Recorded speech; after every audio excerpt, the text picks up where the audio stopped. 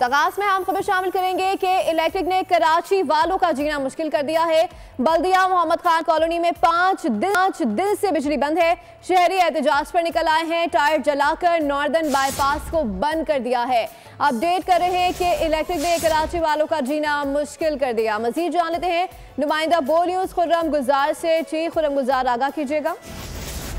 जी बिल्कुल, ये बल्दिया मोहम्मद खान कॉलोनी के मकीन है जो कि 5 रोज से बिजली की अदम फरहमी की वजह से तंग थे और अब इन्होंने नॉर्दर्न बाईपास पे एहतजाज किया है। एहतजाज के बाइस गाड़ियों की लंबी कतारें लग गई हैं। आम तौर पर मुकम्मल तौर पर मुअत्तल हो गई। मुजाहिरीन ने टायर जलाकर और रुकावटें खड़ी करके नॉर्दर्न बाईपास को बंद किया है। उनका कहना है कि 5 रोज से इलाके में बिजली नहीं है, जिसकी वजह से मामूलत जिंदगी पूरी तरह मुतासिर है। घरों और मसाजिद में भी पानी की शदीद किल्लत हो गई है। मुजाहिरीन का साथ ये भी कहना था कि 5 रोज से बिजली बंद होने के वजह से घरेलू जो मामलात हैं वो भी मुतासिर हो रहे हैं। तमाम 2 घंटे तक जारी रहने वाला जो एहतजाज है, अब से कुछ देर कबल पुलिस से मुज़ाकरात के बाद मुजाहिरीन मुंतशिर हो गए हैं और नॉर्दर्न बाईपास को ट्रैफिक के लिए खोल दिया गया है। उनका कहना है कि अगर रात गए तक बिजली बहाल नहीं की गई तो दोबारा से नॉर्दर्न बाईपास को बंद कर दिया जाएगा। दोबारा से नॉर्दर्न बाईपास को बंद कर दिया जाएगा। खुर्रम गुजार अपडेट कर रहे थे, आपका शुक्रिया।